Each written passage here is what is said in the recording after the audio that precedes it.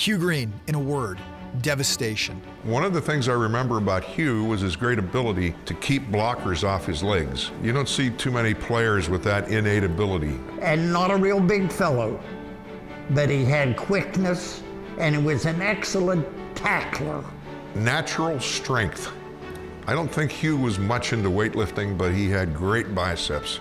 He had so much upper body strength. Green was on the cover of Sports Illustrated with the headline, "Baddest Cat in the Game." He was sitting there in his blue Pitt jersey with his arms folded and a black panther in the background. And that said, Pitt was the preseason #1 team that year in 1980 by Sports Illustrated. And over his 4-year career, he collected 49 quarterback sacks. Basically, he lived in the other team's backfield, and he really broke ground when he was the runner-up for the Heisman in 1980.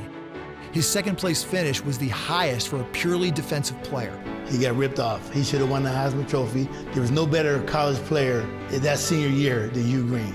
Just tremendous explosiveness and speed, and just the spearhead of the great teams that Pitt had during the late 70s, early 80s. Roger Houston was the PA announcer, the famed Meadows harness announcer. And he had that thing where he said, "Hugh Green," and the crowd would get into it, and those were fun days. They really were.